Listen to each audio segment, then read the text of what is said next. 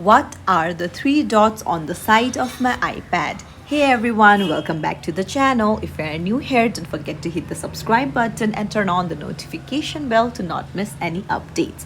Today we're diving straight into a question many of you have asked. What are the three dots on the side of your iPad? Let's get right into it. So if you open any of the apps on your iPad, on the very top you might have noticed the three dots.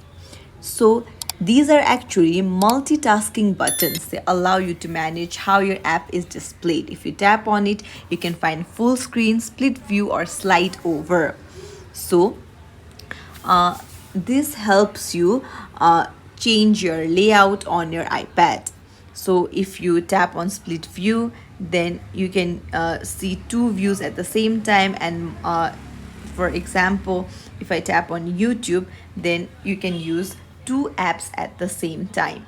Now you can see the three dots again. If you tap on it and tap on slide over, then this happens. So YouTube is floating up on other apps. So it's as simple as that to change the layout on your iPad using the three dots on the very top. If you found this tutorial helpful, don't forget to like and subscribe to our channel for more tips and tricks. Thank you for watching.